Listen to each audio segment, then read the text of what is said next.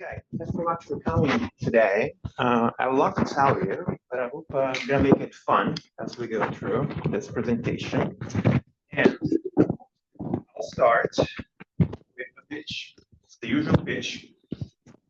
Well, I believe this crowd already knows that stars can be both hot and cool. So let's make it through this. So stars are universal building blocks that drive ionization and chemical dynamic evolution of gas.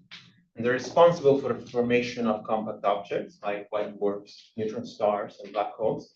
The one black holes and neutron stars that we see emerging in LIGO band. They use to measure distances. They're cosmic yardsticks, so they're important for cosmology. And luckily, they host planets. So you heard me say this before, probably, if you've been at CCA for a while, and you'll hear me say this again in the future. Stars was considered a solved problem in theoretical astrophysics.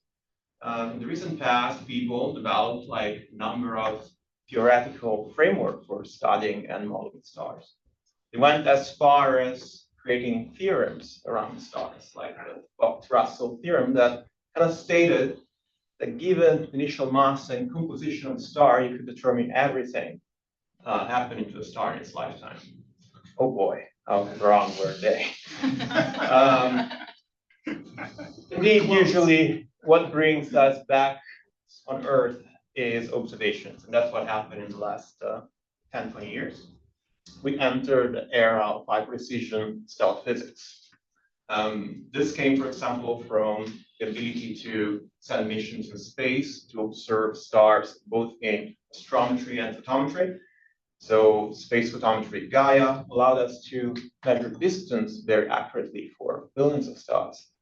And Gaia delivered things like this, a beautiful HR diagram revealing structures in regions like white dwarfs cooling sequence that were not observed before, which had to bring people back to the blackboard to really understand what's going on in stellar interiors. In the case of space photometry, missions like Kepler, but also Corot, MOST, and TASS, and in the future, a mission like Plato, reveal the ability to not only observe the surface variability and learn something about the surface of stars, by decoding the properties of waves, oscillation propagating through the stellar interiors, also tells something profound about what's happening in the very inner regions of stars. In the case of red giant, for example, we learn by using specific type of oscillation that the core red giant was rotating only 10 times faster than the envelope of evolving red giant stars more evolved than the sun. This pushed us to rethink our knowledge about angular momentum transfer in stars. But there were even bigger puzzles. For example, the discovery of certain type of pulsation being depressed in Kepler observations that required novel theoretical understanding of stellar interiors. For example, the fact that more than 20% of our giant seems to be dominated in an area in a region by strong magnetic fields, with amplitude of order of 100 millions of Gauss. This was something that was not expected, predicted, and completely created new understanding of stellar evolution. At the same time, with time domain also came the era of transient surveys. So I'm not going to talk too much about transient surveys, except pointing out one case, the case of the ZTF. ZTF, formerly known as PTF, Polymer Transverse Survey, discovered more than 11,000 supernovae. And many of these show properties that were not predicted by theoretical models. We see stars explode, showing evidence that either their circumstellar medium or even the properties of the surface are different from what we'll expect from naive 1D stellar evolution calculation. And finally, gravitational wave astrophysics. I think as we celebrate 10 years from the first detection of the merger of two stellar mass black holes, it's good to stop for a second to just focus on these blocks and think about the achievement here. This plot now includes about 158 events and show complex and, most importantly, unpredicted structure in the mass distribution, for example, of black hole merging in LIGO band. Now, something to stress here is that, unlike photons, the world of gravitational waves is very democratic. If you, a gravitational wave, are in a LIGO band and within LIGO horizon, you will make it to the detector. And unless the detector is off, you'll be detected and seen. That's not true for photons. So this is, in a sense, is revealing the intricate life stories of massive stars and likely their interaction with complex astrophysical environments like global clusters or AGN disks across cosmological time.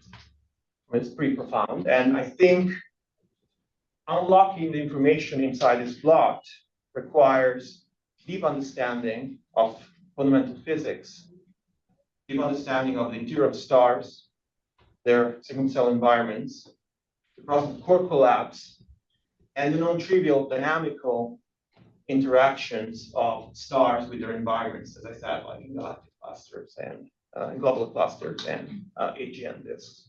So this is a big challenge. It's a hard problem, something that we're definitely involved in here at CCA. And I think in the future, really unraveling the information within this type of plots would be something that we're really actively engaged in.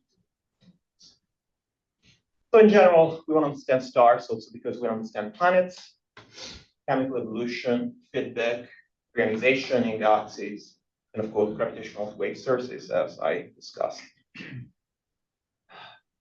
Since the very beginning of being here at CCA, since 2017, I've been involved with what was so-called at the time the Stars and Compact Object Group. We rebranded to SPUB just to highlight a little bit more the verticals that are characterizing the activities within the group. I think what really is exciting about SPI is because we work on stars and plasma astrophysics, we have a lot of leverage in collaborating and creating exciting collaboration with pretty much all the groups at CCA. And of course, I'm not alone in this. In the leadership, I've been helped substantially by Brian, Lorenzo, and Kishley now, who bring incredible expertise in transients and plasma physics.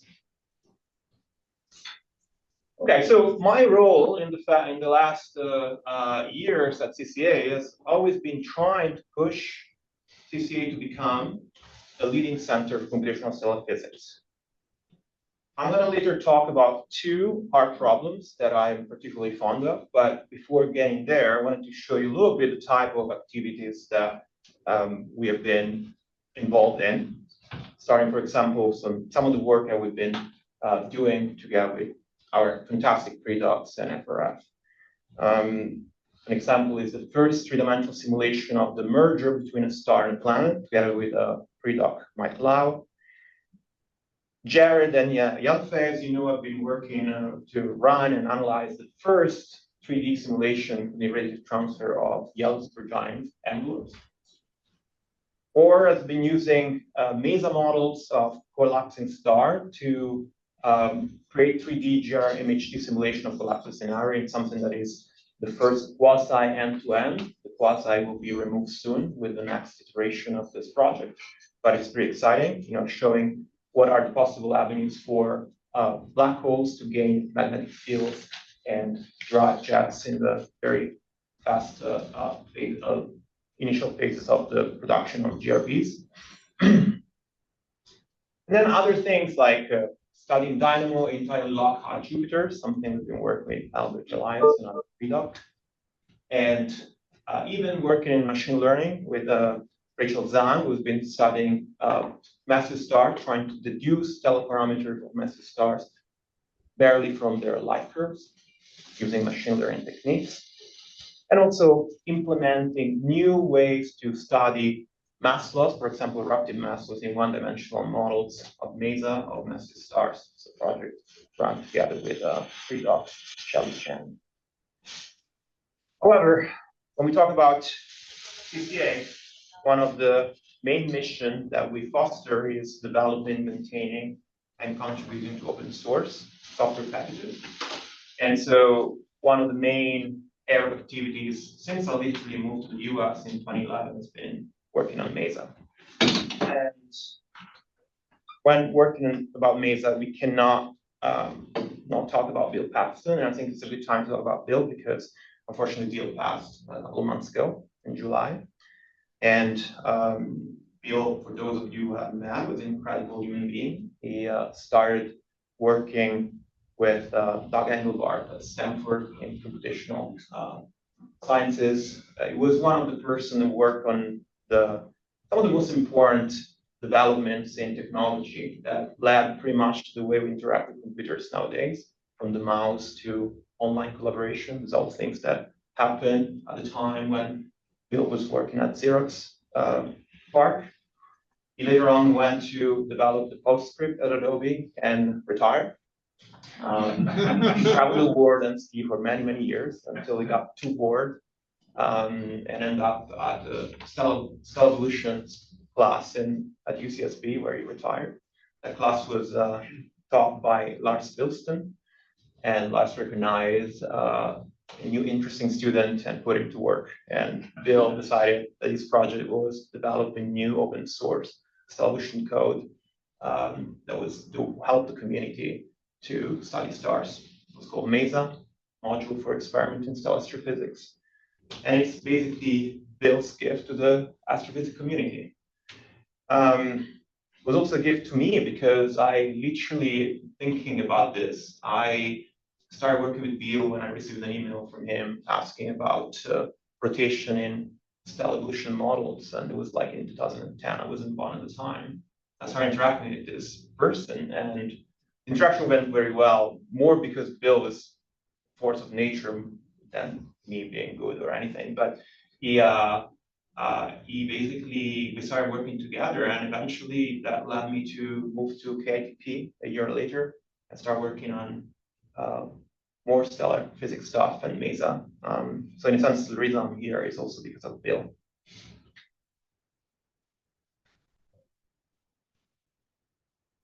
The gift to the community is massive. Mesa today is used by more than 1,000 users. The Mesa instrument papers have been cited more than 12,000 times. But I think what really is impactful and what really drives home the power and the impact, similar to AstroPi, is that work and papers that use Mesa for their science have been cited more than 130,000 times. So the impact multiplier is huge. So this is a tool that enables a lot of science across the board. And this is really the multiplying factor of open source code and open science in general. Now, because developing, maintaining, and contributing open source software packages is one of our core mission, CCA decided to invest in Mesa, and Mesa is quickly becoming a new, CCA is becoming a new hub for the Mesa enterprise. We hire research software engineer Philip Mox. And I think the future is bright for Mesa, and especially for CCA, thanks to Mesa as well. Now, one question that I usually receive when we talk about one-dimensional code, especially the standard computational physics in the era of complicated, multi-dimensional simulation, is why do we need to maintain a 1D code? So let me talk about that for a second. Imagine we had a star. Imagine we had the sun, and we wanted to simulate it. The hierarchy of scale in the sun, going from the size of the object, the scale of convection, down to the region where flows are dissipated, so down the Kolmogorov scale, is about 10 to the 7, so that's separational scale. This is a different way to say that the Reynolds number in the sun is about 10 to the 10. So it's a large separational scale, which means that if you wanted to resolve this, you'll need something like 10 to the 7, few 10 to the 7 cube cells in your simulation, meaning that the number of cells to model a cubic region of the sun from the largest edges down to the viscous damping scale is 10 to the 22. I don't know if you run simulation for a hobby, but 10 to the 22 is a large number, is at least 10 order of magnitude larger than what people usually can achieve, even with petaflops class machines. There's an image of a Capitan, currently #1 on the 500 board. It's a large computer, but we can't really run that type of simulations yet. Now, of course, yeah, 11 over magnitude away, what that means, like we know that computer gets faster and faster. There's a thing called Moore's law. Let's assume that it will keep going and doubling of computing power every 1.5 years. And how long would that take to run a DNS simulation of the sun? Well, 1.5 up to 10 to the 11. That's 55 years from now. Yeah, that's quite some time. Problem is that it's actually worse than that, because that means only running something for a dynamical timescale. Stars actually evolve on longer timescales. They readjust to thermal perturbation on thermal timescale for the sun that's like 30 million years, much faster than the few hours timescale of convective flows. And of course, the sun lived for a long time, fortunately, 10 billion years or so. That's the time it takes to burn hydrogen in the core. So now if you want to bridge those timescales, so basically you also want to run for that many time steps, that's push your horizon much further out. Now, of course, it's not that bad. You might say, well, there might be unexpected advancement in hardware and algorithms. That time would be reduced. You need to think out of the box. But as of now, I think it's a good bet to assume that within my career, we'll still be doing 1D. There's another problem, which is the energetic cost. It takes energy to run these things. Ask the people who run those big GPU farms to train those LLM models. I mean, it gets pretty hot in there. And the reason is this, that the energetic cost of a supercomputer depends on the number of operation that you run. If you have 10 to the 22 elements and you are running for 10 to 15 time steps, even if you have a very low number of operation per cell, that's something like 10 to the 40 flops. So computer run at 10 to the minus 10 joules per bit. So that's about 10 to the terajoules. That's a billion times larger than the amount of energy we use in the world every year. Now you could imagine computer getting more efficient. I think CCA is at the forefront of that. We are one of the greenest computers in the world. But there is a limit to this. If you apply the second principle of thermodynamics to information theory, it turns out that when you raise 2 bits, so when you do computation, there is this thing that if you're running a computation and it's non-reversible, which most of the computations are, you hit this thing called the Landauer limit, which tells you that you can't, you need some energy, you need to release some heat when you do an operation. And the minimum amount is 10 to the minus 21 joule per bit. And even at that limit means that it will take 2 months of the current world energy consumption rate to run this kind of simulation. Of course, we're very far away from the Landauer limit. Anyway, models are still useful. We can still run incompletely resolved numerical hydro simulation that can be still useful to understand real astrophysical environments. This is what we do, and I think that's the game we play. We run one-dimensional models with Mesa, for example. And then either theory or the data tells us that there's some point where we need to dig a little deeper. And that's where we extract, profile, try to run a 3D model with another tool, like for example, Daedalus or Athena++, some of the tools that we're using here. And we try to learn more about that specific astrophysical problem and condition inside the star. If we do learn something and it's tested with, say, astroseismology, and it seems a better approximation of reality, we put it back into 1D with some simplified approximation, for example. And now we have a new generation of 1D model that we can use to create a population and compare back to the data. And this is a constant back and forth that we do, and I call this the new era of stellar physics, meaning that we really have high precision big data, this new 1D models that are open source and community driven, and we couple everything with more and more powerful 3-dimensional modeling. But none of this is an island. This is a constant intersection and interaction. Okay, so I talked a little bit about the modus operandi, and now I'm going to talk about a couple of important hard problems that we've worked on here at CCA in the last few years. The first one is the problem of red noise in massive stars. I'll define what that means. And then the second one is, more than a problem, is a new astrophysical area of interest, collecting many different interesting problems that have to do with evolution of stars inside HM disks. So if you go to space and point even a small telescope to any star of early type, you realize that that star's brightness is not constant in time. It fluctuates. And it turns out that if you take the power spectrum of that light curve, the spectrum show increased power at low frequency. This is called a red noise. It's ubiquitous. Pretty much every star, early type star, show this. So it's a twinkle, twinkle, massive star type of situation. The amplitude of luminosity fluctuation is pretty small. That's why I need to go to space. It's 10 to 10 to the 3 micromagnitude. And the characteristic frequency is below 1 per day.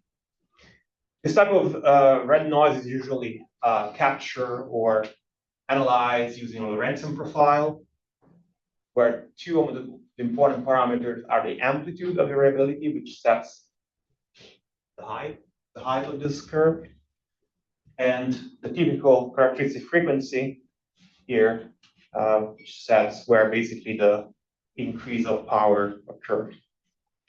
Now, since this is ubiquitous in massive stars, of course, the question is, this must be something that really has to do with the structure and properties, intrinsic properties of the star.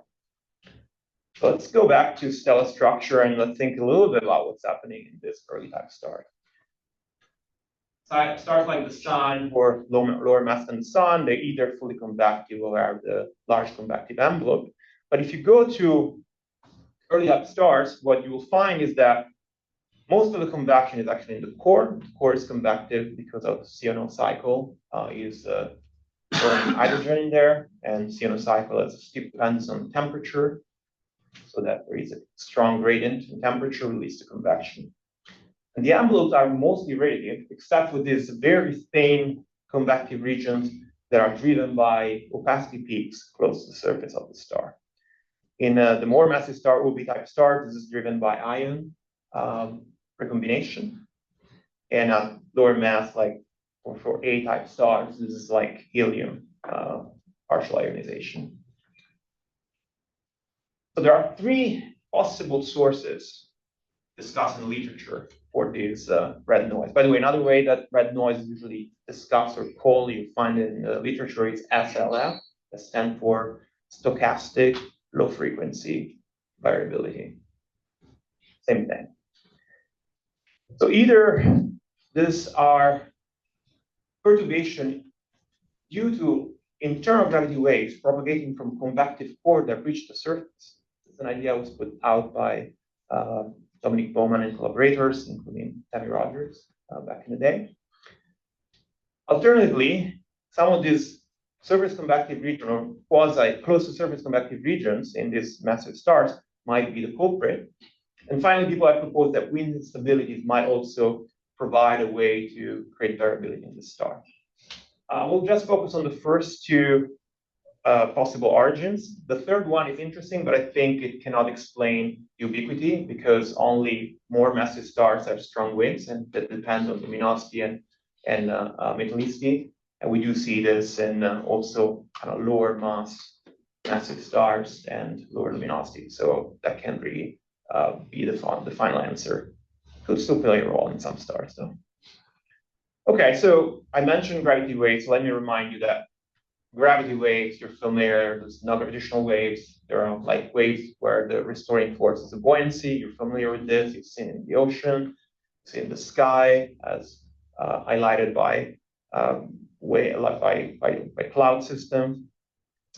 They're usually excited by, for example, turbulent convection in stars. And this is the case of this idea of if you have a convective core that is turbulent, can you excite waves?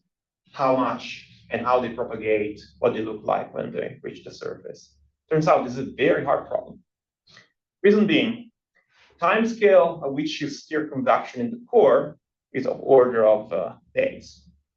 But once you excite waves that want to propagate in the envelope of a star sustain modes that have lifetime of order of 10 to the 5 years. So obviously, modeling both at the same time, it's really, really hard. In fact, it's not possible. We cannot capture both. Very low Mach numbers in convection in the core. So the core of massive stars have convection that operate with Mach number of order 10 to the minus 3. So it's very low Mach number convection. That means that if you're trying to resolve sound waves that pose a problem for your numerical scheme, meaning that you need a lot of time steps, that's a problem for explicit schemes. If you have an implicit scheme, you can do better. You filter out sound waves, but your time step is more expensive. You have to solve more complex equations. That's a trade-off. The way that many of the simulation here try to solve and simplify the simulation is by increasing luminosity of the core of the star. Why would you do that? Because if you increase the luminosity, you increase the velocity of convection. The energy needs to be brought outside. And so if you increase the velocity of convection, you make your Mach number close to 1. So all of a sudden, your explicit limit in the time step in CFL is not a problem anymore. Now, this will be fine if you want to simulate convection and maybe some other properties. But if you want to look at the wave and wave propagation, that actually is a big problem, because the frequency of the wave, of course, depends on frequency of convection. But the way the wave dissipates in the envelope depends on radiative dissipation, which depends strongly on the frequency of the wave. So if you alter the frequency of the wave, you're going to alter the final spectrum because of different response to radiative damping. It's something that people didn't really understand at the beginning. It's something that now it's clear, but many of the models have been trying to look at this have made this mistake. In 2023, we provided the first 3D simulation of this problem using realistic luminosities. So this was a arrival point of a number of papers where we coupled MESA, gyre, and Daedalus. These are 3 different computational tools. MESA is 1D still evolution. Gyre is a oscillation code. You can take a MESA model and look for all the eigenfunctions of the modes that are sustained in that cavity. And Daedalus is a way to solve general partial differential equation using implicit method and it's a spectral code.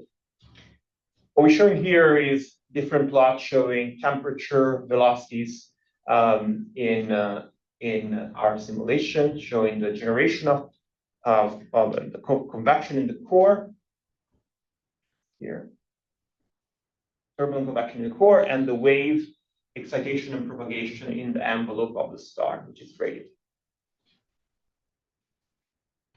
I want to say that this type of simulation was possible thanks to the Daedalus team, Evan Anders here, Daniel Leconnet, which by the way will join CCA starting January 1st, and Keaton Burns, which is the main developer of Daedalus. And I think this was it's an incredible tool that was really the right tool to run this kind of simulation. Now, I told you that the simulations are particularly hard. So how did we manage doing this? Let me talk about music for a second, because there's an analogy here that we need to go to understand how this wave propagates in a star. When you listen to an instrument, what you're hearing is not just depending on what kind of sound the instrument produces, but also where the sound propagates. So you know very well that the same instrument playing in a jazz room versus a church would sound differently. There's a filtering process due to the way that the wave propagates that is applied, in fact, in a linear application to the sound in this case. Now, you know this because if you have done something in music, you've seen that certain mixers do have this filters where you can play the music, pretend to be in a church or a small room without a filter and apply to your music. What they do, they try to apply a transfer function that mimic the average properties of those environments. This is exactly what we did. We used MESA to calculate the background structure, the room. We used Daedalus to solve the nonlinear problem, the wave excitation and propagation, the instrument. But also use gyre to calculate the eigenfunction used to create the transfer function, meaning like we use gyre on the MESA on the room to see what kind of waves and modes will be sustained. So we couple those things together and then get a filter or a transfer function that we apply to the source, and that way we can propagate the source to the surface. We tested this method with numerical simulation where we can calculate the full nonlinear problem and check that it works. Okay, so let's say you have a song.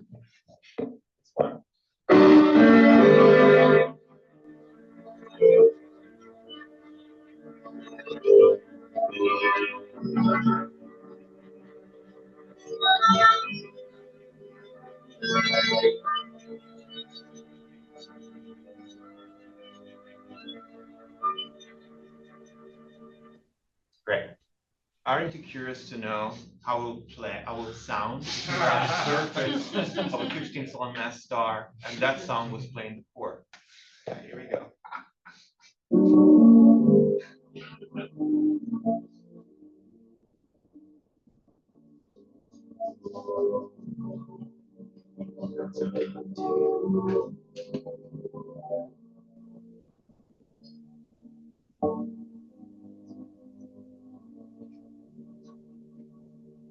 So if you know something about music, you realize immediately this is a low-pass filter of kind. The high frequency has been removed. That's what radial damping is doing. But there's more. There's this E refilling, which really has to do with the structure of the star. That's really the specific problem. We've done it with different type of stars, and different masses sound differently. I don't have time to do that, but all that is in this folder if you're interested in more space music. Okay, so but let's go back to the results. We want to know if, after all this work, can we reproduce the red noise on the surface? It turns out no. When you do all this, and this took a long time, the predicted wave signal is actually at least 2 orders of magnitude lower than what people see at the surface, and they call red noise. We tried different sizes, different type of mass, different massive stars.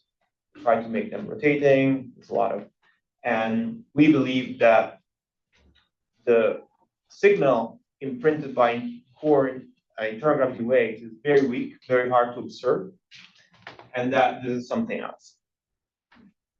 So I want to mention that other groups think different. This is actually a contentious area of study where some people claim that they solved this problem and that they can explain the surface variability with this phenomenology. But none of their calculations adopt realistic luminosity and rate diffusivity, so we don't believe them. Okay. Going back to stellar structure, okay, so if we say it's not the core, let's look at this ion convection zones. First thing we can do is look at the properties in 1D models. That's because it's easier.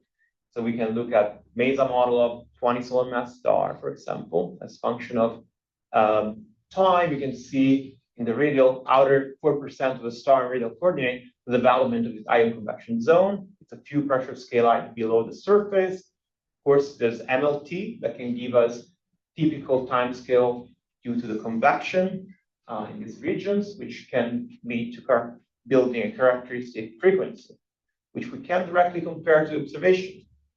The amplitude, well, we can say maybe the amplitude is proportional to the flux, relative flux in the convective region. So let's see what happens. We do that. First result is that actually, yes, the typical time scale, characteristic time scale of this predicted variability match the observed ones. And also the trend seems to be similar. So like sort of like higher frequencies here and lower frequency down here. This is as function of the spectroscopic HR diagram. And the amplitude does the same. It seems like we get larger amplitudes in the observed signal for higher luminosity and lower temperature, which is the same trend in the relative flux of the ion convection zone. Of course, this is 1D. So what happened in 3D? Turns out that Yanfei and I started thinking about this for different problems, 3D radiation hydro simulation of subsurface convection in 2015. So there was knowledge on how to do these things. One important thing Yanfei did was actually embedding the MESA opacity module into Athena++. So that Athena could run hydro simulation with radiation, with the coupling determined exactly by the MESA opacity. So if you do that, we get simulation where nonlinear development of these convective regions turn out to steer the star actually up to the surface, which is different from what we see in the 1D model. And these results show that turbulent convection leads the photosphere developing velocity of order of 100 kilometers per second, which actually can naturally match the velocities observed in spectroscopy in these stars. And also, this simulation were taken by Will Schultz and collaborators, including Yanfei, which try to really understand if this variability observed on the surface will actually reproduce the variability that we call red noise in some of these massive stars. This is the simulated light curve of the star, and this is the power spectrum. And actually, yes, you can reproduce the red noise pretty well for stars in the same region of the HR diagram compared to the observation. What I noticed that this is the first principle of calculation. There's no knobs to tune here. The only thing you take, you determine the structure of the star from MESA, so you know the luminosity and its position on the HR diagram, more or less give you the radius. And then Athena developed the nonlinear calculation, and whatever you observe on the surface is only dependent on pretty much the opacity. And so this is a very interesting result, I think. Okay, so red noise, exciting new approach to study massive stars. State-of-the-art numerical simulation of core internal gravity waves, realistic luminosity can match the observed amplitude of red noise, at least by 2-3 order of magnitude. But 3D radiation hydro simulation of ion convection zone seems to be able to do so. Now, something interesting is that I haven't mentioned this, but if you were looking for a place to look for the internal gravity wave from the core, then you better go to like A and like B type stars where we don't expect this ion convection zone to be present. So in a sense, your path from core to surface is clean. So maybe at some point we'll be able to see them directly. But there are still open questions. There is a Middle East dependence of the red noise that is expected if it's produced by this ion convection zone. The ion convection, so it depends on the presence of ion in the stars of the Middle East. This is not yet confirmed. And some stars with less than 7 solar masses in mass still show red noise. But in that case, the ion convection zone is not predicted. So we don't really know what's going on there. It could be some of these other thin convective regions with helium, although those in our model seem to be very weak. So we're not sure what's going on there. Okay, with the remaining 20 minutes, I'm going to talk about a completely different topic, although it's still going to lead us to talk about a little bit of think about massive stars. We're going to talk about stellar evolution in AGN disks. So AGNs are regions where accretion occurs around the supermassive black hole. These are very bright. The structure of the disk that form around the supermassive black holes at the center of galaxies is that of a geometrically thin accretion, a broad line region, and a puff-out torus. AGN phases usually last for 10 to the 6 to 10 to the 8 years. And what has been found is that in general, AGN seems to show interesting properties in their composition. So the inner region of AGN seems to be always alpha enhanced compared to solid. And the iron abundance might also be enhanced. This seems to be at all redshifts, so if any evolution happens, this is very rapid.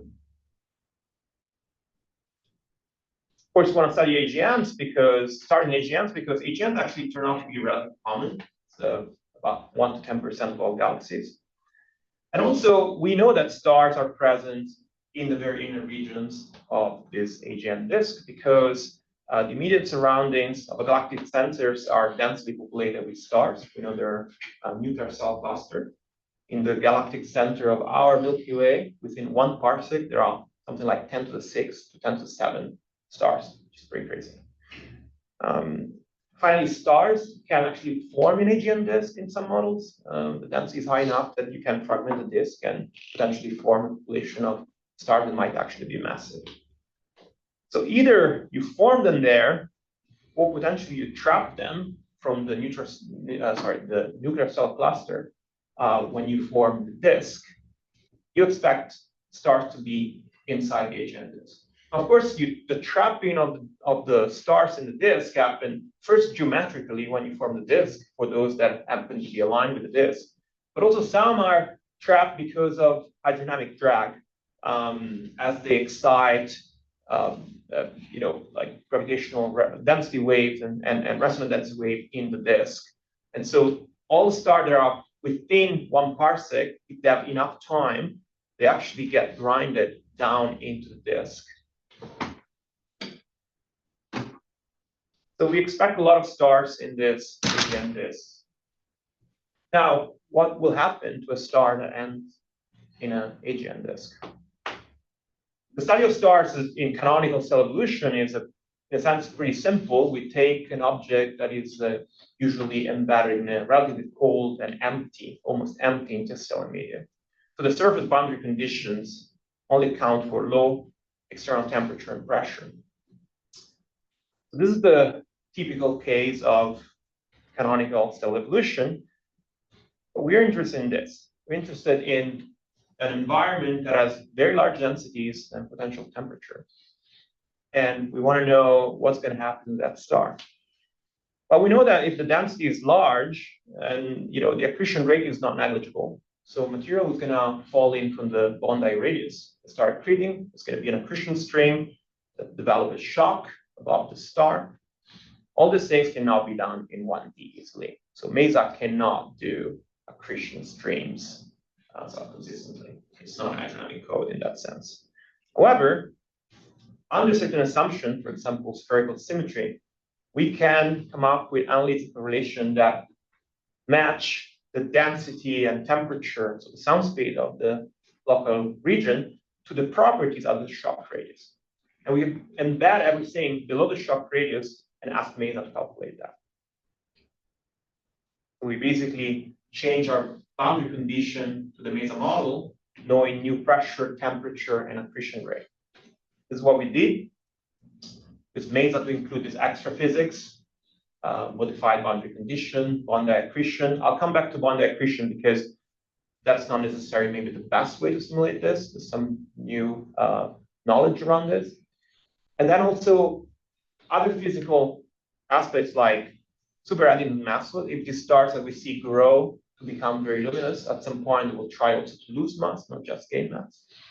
And extra mixing, because as they grow more massive, they become radiation dominated and also rapidly rotating. So we believe that mixing inside these objects is going to be very efficient. In our case, what we do, we start with a 1 solar mass model embedded into a box, which mimics the environment of the AGN with initial density and sound state. We also assume the constant composition of crystal material.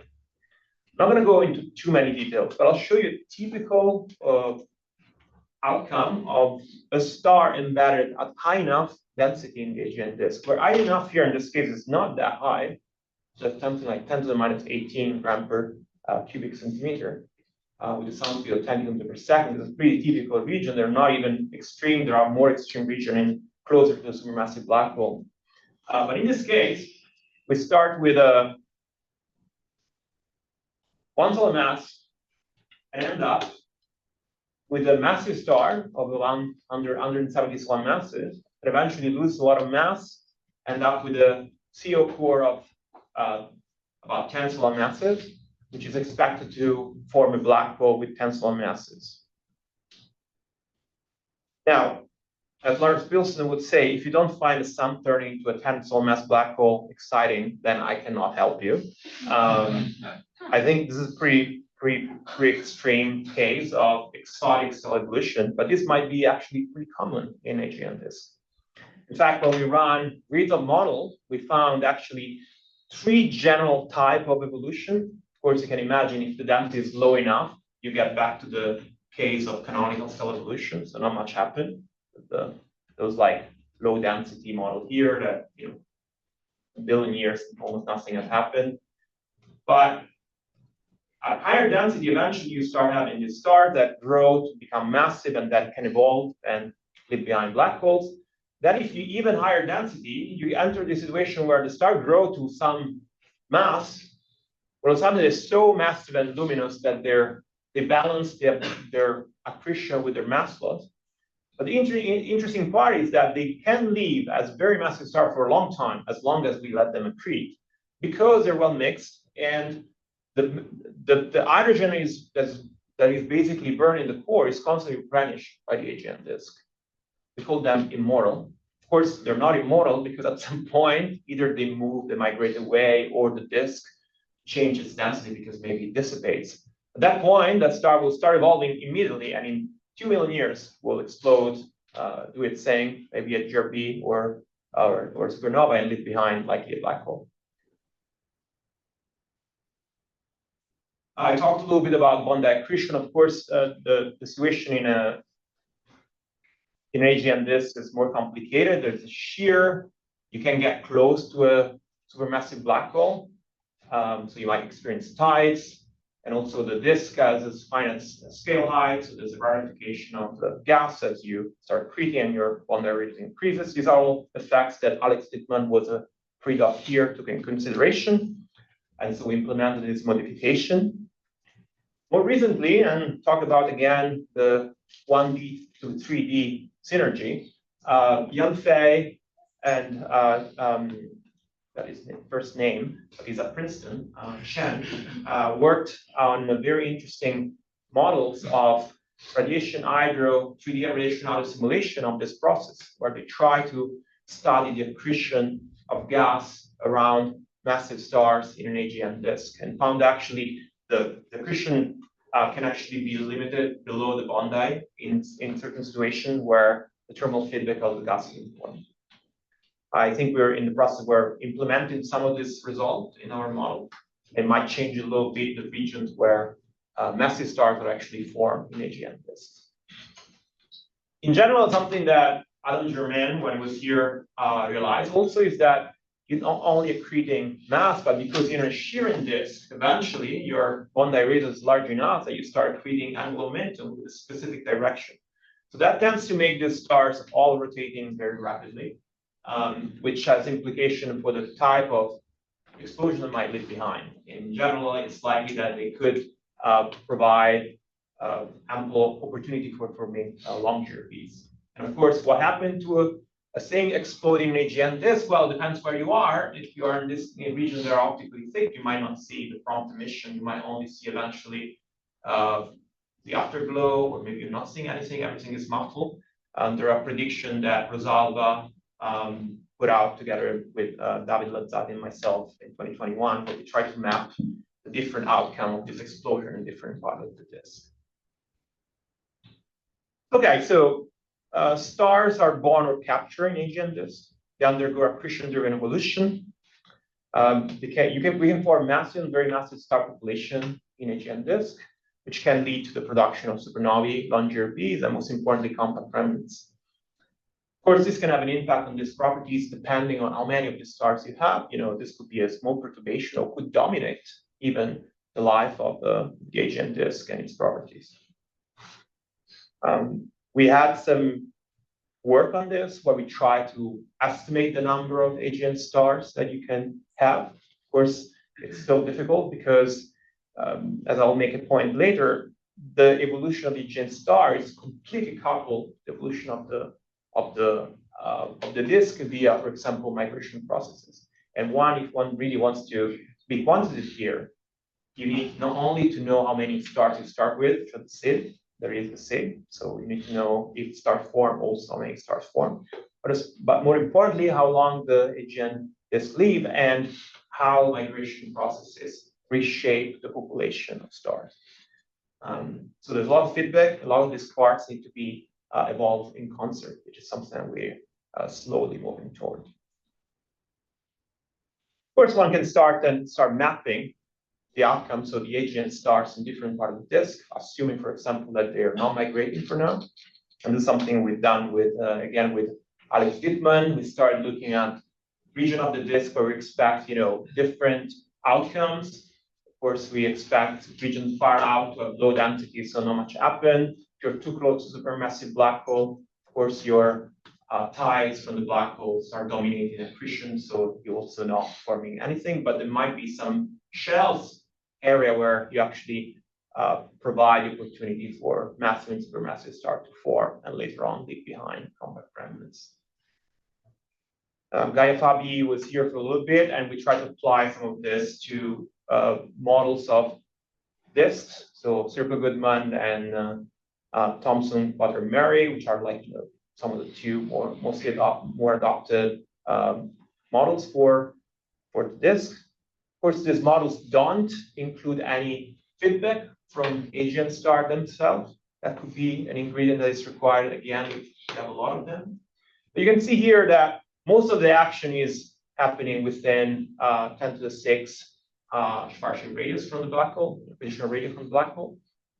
And that's where you form the more interesting objects.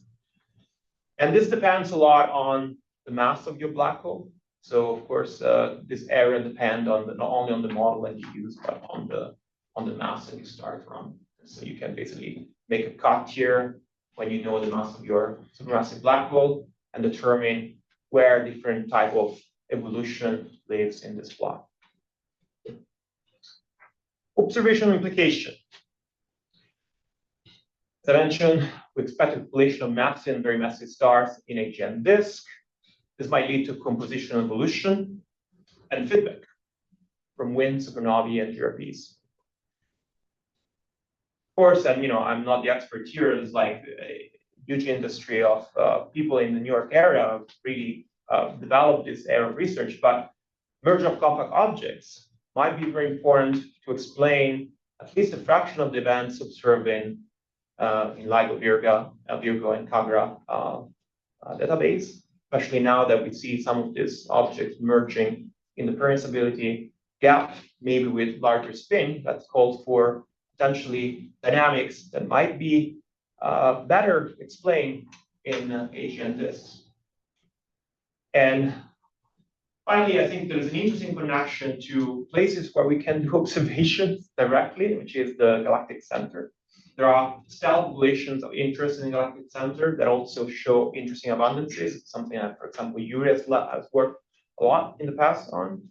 And my hope is that there is a possibility to match some of our prediction to the current observation. Of course, it's complicated, but there are population of massive stars in the disk in the inner region around the supermassive black hole in our galaxy.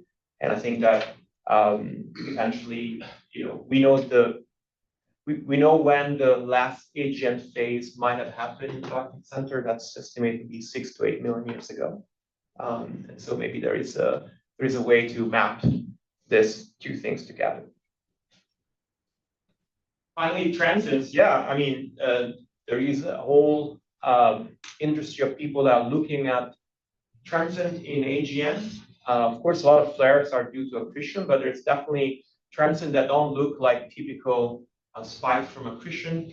It might be more connected to TDEs or even like some of this explosive transient that we predict to happen. And I think there's going to be more of this type of studies coming up.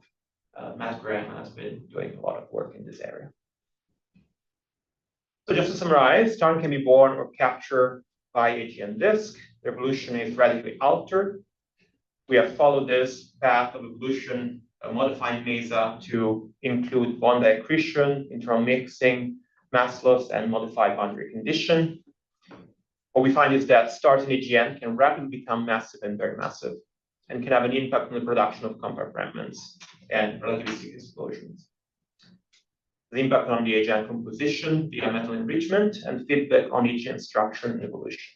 In general, what I wanted to say is that there's the exciting new research frontier. I think we published a paper in 2021. We had more than 10 follow-up papers that have been cited many times. And most importantly, what we realized that was exciting is that many new groups entered this field were already maybe engaged, but follow some of our suggestions and develop more follow-up paper that added to this exciting area of research. I think it's exciting for many people because it really required coupling a lot of understanding in astrophysics. So from cell physics, dynamics, accretion processes, gravitational waves, feedback, chemical evolution, and galactic standard time. To me, this is kind of one of those obvious things that we should do here. And to close with that, I think the stellar future is bright for CCA. Stars are not understood. There's a lot to do. A lot of incoming data. That's good. We're focusing on computational methods, and we are able to couple 1D and 3D very well here.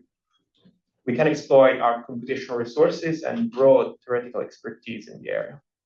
I think we're very good at fostering cross-group activities and synergies. I think this is one of the beautiful things that we do here that is key.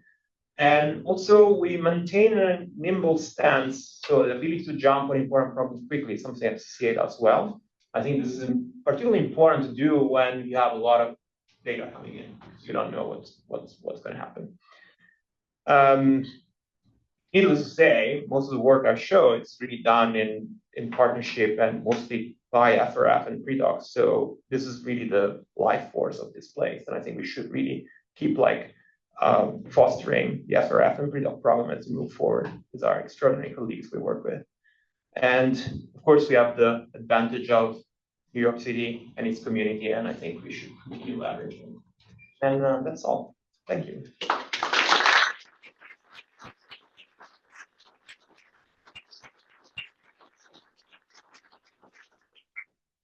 Questions? Yes, please. So I wanted to focus specifically, you kind of touched on this, but your massive stars that you're forming in AGN disks, and you have this prediction that they're rapidly rotating. Most of the LIGO sources, it seems like the spins are fairly low. So is that suggesting that most of the mergers or maybe some other pathway, and this maybe only explains some of them? That's great. Yes. I love talking about angular momentum transfer, so let's do that. So it is true that from our current understanding of angular momentum transport in stars, we expect most stars to end their life with very limited angular momentum in the core. And so the fact that most LIGO sources show small value of angular momentum in the core, small like chi affected, it's maybe aligned with the idea that maybe a lot of those come from some canonical stellar evolution pathways. However, we also see objects now that clearly have larger effective, suggestive of some different pathways. It's kind of hard to do that in normal cell evolution unless you, for example, make long GRVs, which are very specific pathway to that. And so, yes, I think what this is saying is that no, all the LIGO population cannot all come likely from AGN channel. I think it's likely that AGN channel provide maybe a fraction of the events and maybe more of the events that live at higher mass and higher effectiveness.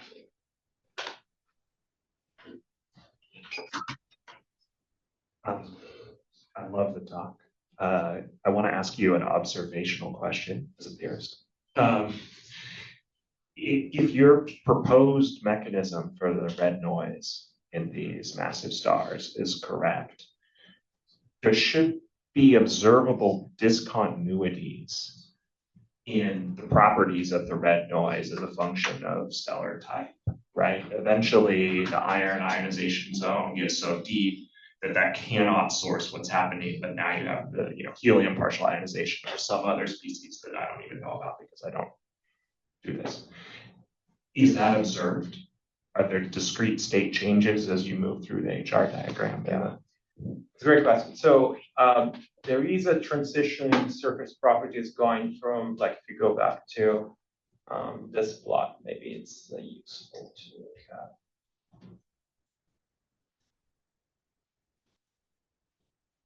Yes, there is definitely a transition in surface properties of variability and spectral properties where start going from G to F, for example. Now, most of the red noise observation happened to start of OB type, just because these are brighter and it's where they observe in that. But you're right, and I think one of the prediction I brought that point toward the end is that there will be indeed a cutoff if the ion convection zone was a culprit around 7 solar masses.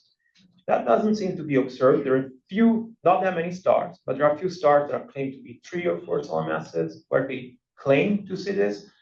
The issue is that the amplitude also goes down. I think it's harder to really tell what's going on.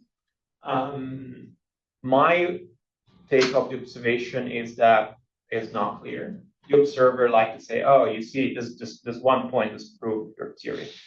Like, possibly. I think it's pretty clear though that in the OB regime we found a way to at least provide evidence for a lot of the data. I think the full story might be different in the end, where there's another contribution. Yeah. So I think you mentioned this in the like observational case slide, but so it sounds like a lot of the AGN disks exhibit this like interesting chemistry with like maybe alpha enhancement towards the inner regions of disks, maybe iron. So when these like massive stars embedded in the disk accrete material from the AGN disks, can you like see that enhancement of different chemical species onto the star? Like, is that spectroscopically observable? Okay, so you're talking about the stars that will be observable now after the AGN is gone, or the star which is embedded in the disk? The star that's embedded in the disk. Right, so the star that's embedded in the disk is really embedded in the disk. There's no way to observe it. But you're right that there will be an evolution of the chemistry which is operated by the star itself. The way it works is this, that those stars get massive quickly. They start operating via CNO cycle. So material gets in and basically get brought to CNO equilibrium. And because the star in our model is mixed and eventually start losing material, the material is lost is at CNO equilibrium. So eventually, if you have enough of those things, there will be a region of the AGN disk which are brought to CNO equilibrium. So they will look like the envelope of a massive star. That's the prediction. That's the first effect. Then, if there are regions where the stars also explode, of course, they're going to be further late phase evolution, reprocessing of material, and even like supernova yields that might have an impact. But our first prediction was potentially helium and nitrogen enrichment. Now, I hear from people doing this type of measurement, it's very hard to measure specific abundances. And so I'm not even sure what when they say these anomalies are present, how confident they are, and what kind of species they can really pinpoint. Okay, just last question before I'll go to the drinks. You opened with a very nice argument that we are not going to be doing 3D. And then you said the thing that simulation people say, which is we're multi-scale and multi-physics. And you gave this example where you can go learn things in Athena and then bring it into Mesa. And you also showed a moment where you took things in Mesa and pulled it out and put it into Athena. How trivial is that operation? Because my impression is that it's very heuristic. How do you learn something from Athena and then pull it into Mesa? Is that like a well-defined applied mathematics operation? No. Or does that involve a lot? And so give us a little sense of like, how does that work? That's a good question, David, and I think something particularly close to my heart because I've seen how hard it is, how much of an art it is. Watching Young Fei figuring this out and then realizing, okay, that's not like really port one model. And it depends on the code you're using. And so one of the things that I would like to do here, I think especially now that Philip is here, is creating more standard API to do this type of porting. So, and if there's no way to create an API, create a little bit of knowledge around what are the pitfalls in doing these things. What are the things that you need to be careful, what you need to test for. Of course, it's not going to be perfect when you move to one dimension, to three dimension. You have to make some assumption. There's a but the opposite, reducing dimensionality. So you have more information that you go to. But so yes, indeed, there is some work to be done there. I like your question, and in general, like the whole point about what do we do with these 3D models, which are like not resolving all the scales or maybe making certain assumptions. Yeah, I mean, we have to live with it. And I think the only thing we can do is be honest and constantly comparing to observation and trying to figure out a way to increase the fidelity of the model. Yeah.